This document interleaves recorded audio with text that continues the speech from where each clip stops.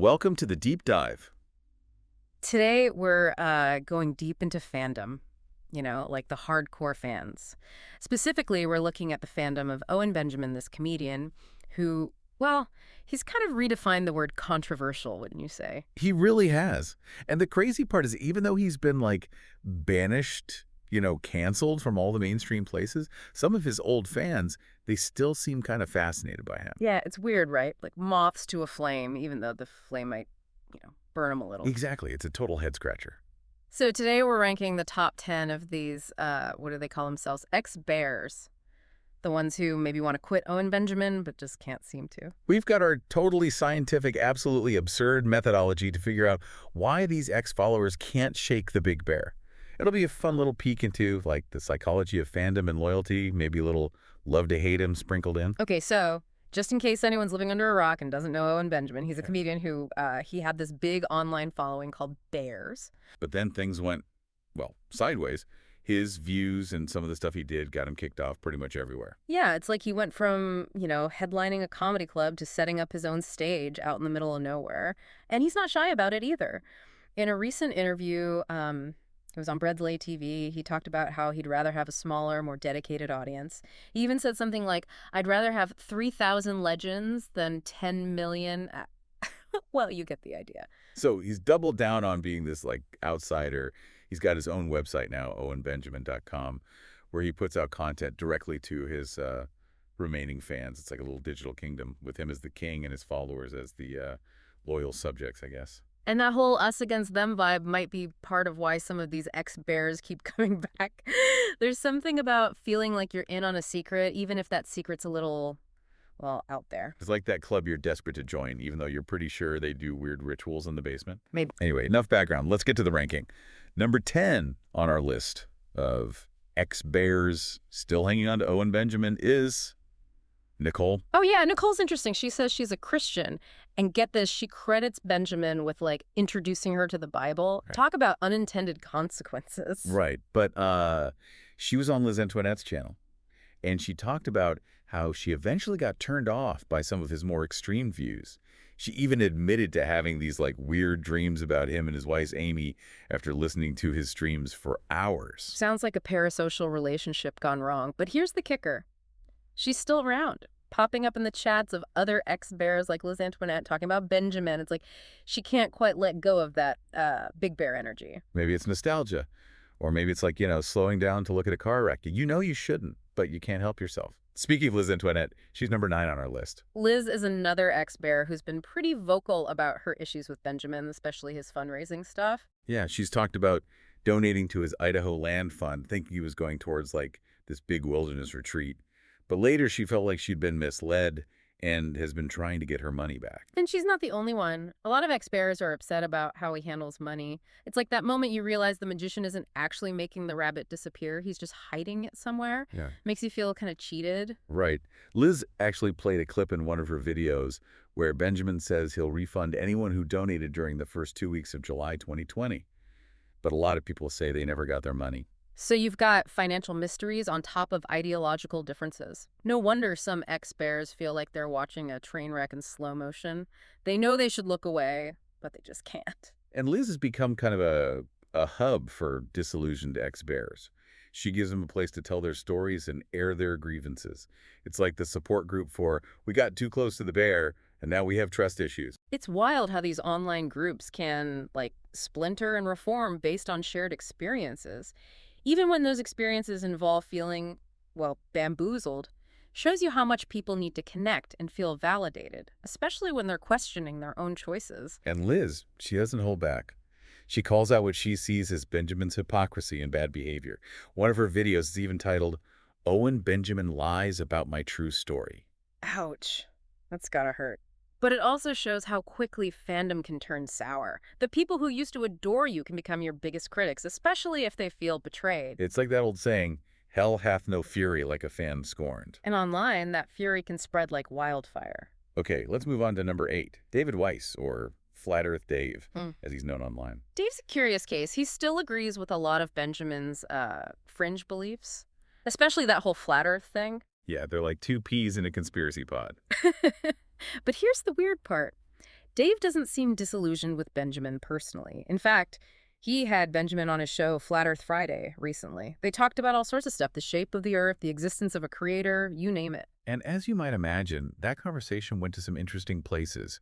At one point, Benjamin even suggested that people who don't believe in a flat Earth are demon-possessed. Whoa, that took a turn. So if they're so buddy-buddy, what makes Dave an ex-bear then? Well, even though they believe the same things, Dave seems to have, strategically distanced himself from Benjamin's inner circle. He's not out there promoting Benjamin stuff or hanging out in his online community. It's like he enjoys their little intellectual sparring matches, but doesn't want to get caught up in the drama. Maybe he's figured out how to enjoy the show from a safe distance, like watching fireworks from across a lake.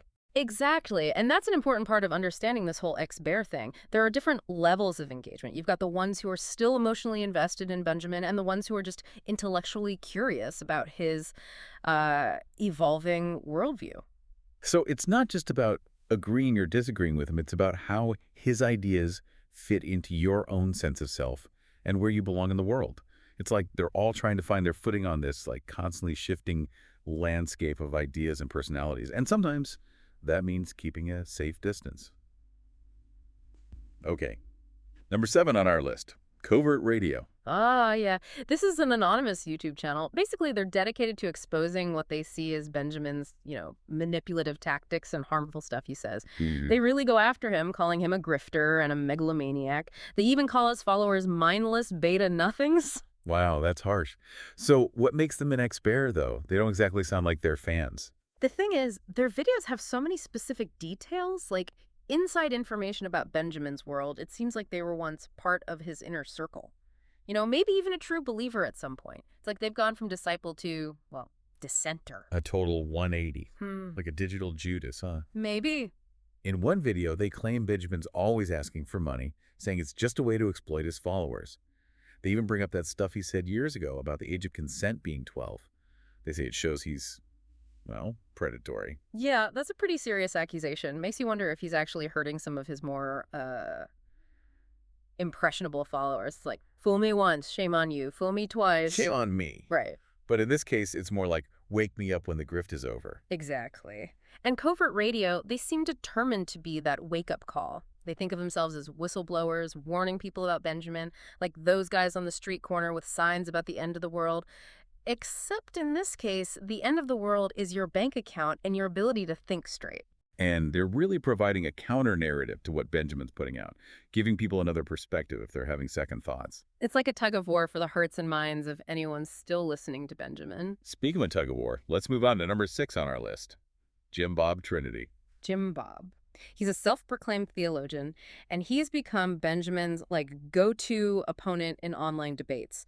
Their most famous clash was this live stream debate about the Trinity, and, well, as you can imagine, it got pretty messy. Oh, yeah, it was a total disaster. The kind you can't look away from.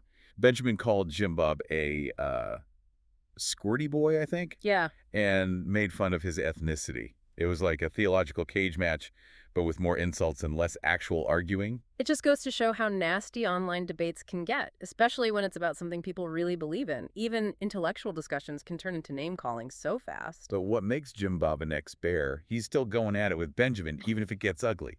Even though they disagree, Jim Bob seems to, respect Benjamin on some level. He keeps engaging with him, debating and stuff.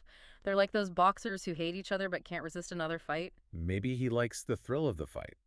Or maybe he sees it as a way to reach Benjamin's audience, try to change their minds. Or maybe he just likes a good theological brawl. Who knows? Whatever it is, their feud makes the whole ex-bear thing even more complicated. It shows that even among these disillusioned fans, there are different ways of dealing with the experience. Some walk away, some become critics, and some, like Jim Bob, keep coming back for more, even if it means getting beat up verbally. It's a fascinating dynamic, and it really shows you the power of emotions in online communities, especially these parasocial relationships. Okay, number 5 on our list is Porcelain. Porcelain's a YouTube guy who made this whole documentary about Owen Benjamin and his community. It's called Smarter Than the Average Bear. And that documentary is brutal. It compares his community to a cult and says he's using his followers to make money. It really goes into the dark side of Benjamin's online persona. It's full of drama. It covers everything from his feud with that comedian Joe Ural to his falling out with Joe Rogan. Porcelain even interviews ex-bears who talk about their experiences in Benjamin's community. It's like a reality show, but instead of fighting over roses, they're fighting over disillusionment and betrayal. It's about realizing the person they idolized wasn't who they thought he was. The documentary gives you a lot of background on how Benjamin's online persona changed and what led to him getting deplatformed. It's like a crash course in the rise and fall of an internet celebrity, with a big warning sign attached. But what makes Porcelain an ex-bear? He obviously spent tons of time in Benjamin's world, researching him, talking to his fans. He practically went undercover to make this film. It's very possible Porcelain started out as a supporter, but then got disillusioned by Benjamin's behavior and views. It's a classic case of a fan becoming a critic, using what they know to expose the truth. It's like realizing the band you loved in high school totally sold out, and you're just like, what happened to these guys?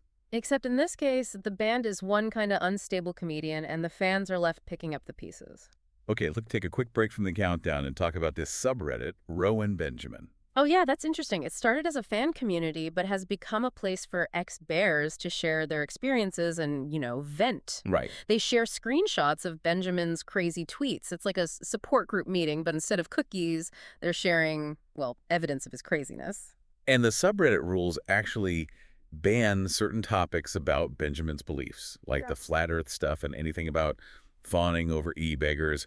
They're drawing a line. They're saying, we're here to talk about Owen Benjamin the comedian, not Owen Benjamin the conspiracy theorist. It shows you how online communities can adapt, even when it's about negative experiences, like a phoenix rising from the ashes. And the moderators, they take the rules seriously. They're like the bouncers, making sure things don't get out of control. And the focus stays on, well, dissecting the Owen Benjamin fandom. It highlights the tension between Benjamin's remaining supporters and the people who've walked away, like two tribes fighting over the same territory. Okay, back to our countdown. Number 4 is Lamppost Education Initiative. Now, this is an organization that focuses on Islamic education. And they actually had Benjamin on their YouTube channel for surprisingly friendly conversation. I know, right? It was really unexpected. They talked about a lot of things. Benjamin's views on Islam, victim consciousness, all that stuff. It's kind of refreshing to see him trying to connect with people outside his usual bubble. Yeah, it was definitely a lot calmer than some of his other online interactions. He even said he admired the Muslim community, how resilient and positive they are. It's like he was trying to show a different side of himself, one that's more empathetic. It makes you think maybe there's more to Benjamin than his controversial statements, like seeing a different facet of a diamond. But what makes Lamppost Education Initiative an ex-bear? They seem to have a pretty respectful conversation with him. Well, even though they were open to talking to him, they also pushed back on some of his views, especially when he made generalizations about groups of people. Like, they were willing to listen, but not just blindly agree. Right. For example, when Benjamin said, most Muslims aren't doing anything to fight negative stereotypes, the interviewer pointed out that a lot of people are just living their lives, pursuing their goals, inspired by their faith. Right, it's a good point. It's a subtle but important difference. It shows that there's diversity in every community, even one that seems, uniform from the outside. Yeah, like Muslims. It's a huge group of people. Exactly. It reminds us that real dialogue means recognizing that people have different experiences. You can't just rely on stereotypes. You have to see people as individuals. It's like they were saying, look, we see you, Owen, and we hear you, but we also see the problems with what you're saying, and we're not afraid to point them out. Okay, number 3 on our list is Uneducated Economist. It's another YouTube channel, and, well, the name kind of says it all. They focus on economics, and they had Benjamin on for a pretty in-depth conversation. Yeah, it was interesting. They talked about Benjamin's own path to financial independence, his thoughts on the Federal Reserve, even his predictions for the economy. It's a side of him we don't see very often. Less about culture wars and more about practical things like money and, well, not being broke. Right. Like, they managed to get him out of his little online bunker and talk about something besides conspiracy theories and who he's feuding with. It's almost, I don't know, refreshing. It is. It reminds you that people, even those with controversial views, can have something interesting to say about other things. People are complicated, right? You can't always put them in a box. True. So what makes Uneducated Economist an ex-bear?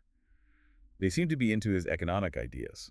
They were, but they also kept a distance from his more inflammatory stuff, the personal attacks and things.